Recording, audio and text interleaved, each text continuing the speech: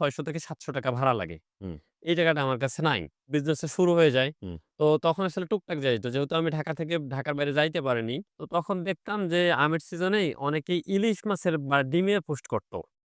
মানে আচ্ছা। আমি কিন্তু রংপুরে আমি ইলিশ মাছ সম্পর্কে কিচ্ছু জানি না। তাহলে এইটা নিয়ে দেখি পোস্ট করে কি করা যায়। তো এখন কথা হচ্ছে গিয়ে ইলিশ মাছ পাবো কই থেকে? হুম। কেমনে দিব? আবার ওই যে যারা কাজ করত তাদেরকে কল দিলাম।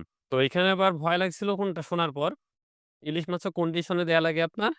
কিন্তু ইলিশ মাছের দাম অনেক বেশি। একেকটা পার্সেল ৳৫,০০০ ৳৬,০০০ র হয়। পকেটে আমার গাড়ি ভাড়া নাই। সেখানে আমার ৳৫,০০০। তো একটা যদি রিসিভ না করে আমি কি করব?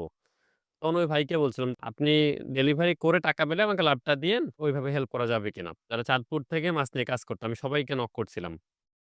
তো তারা আমাকে আসলে তখন মোটামুটি বলছিল যে, "করেন।" পোস্ট করতাম। প্রচুর কমেন্ট মেসেজ আসতো। তখনও কিন্তু আমি আমার বন্ধুর বাসাতেই ছিলাম ওখান থেকেই। সারাদিন ফোন কল মেসেজ আসতো। ওরা বিরক্ত হয়ে যাইত।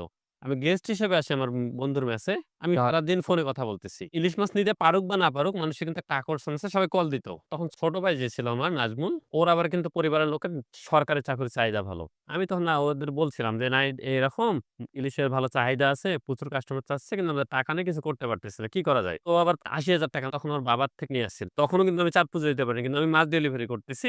আমার একজন সাপ্লায়ার ওখানে চাঁদপুরে বসে আছে। উনি নিয়ে এসে দিচ্ছে। কাঁচা মাছ। এটা ডেলিভারি সিস্টেমটা কেমন ছিল? আপনি অর্ডার নিতেন, হ্যাঁ, নিয়ে তাকে বলতাম। চাঁদপুরের ওই লোককে বলতেন।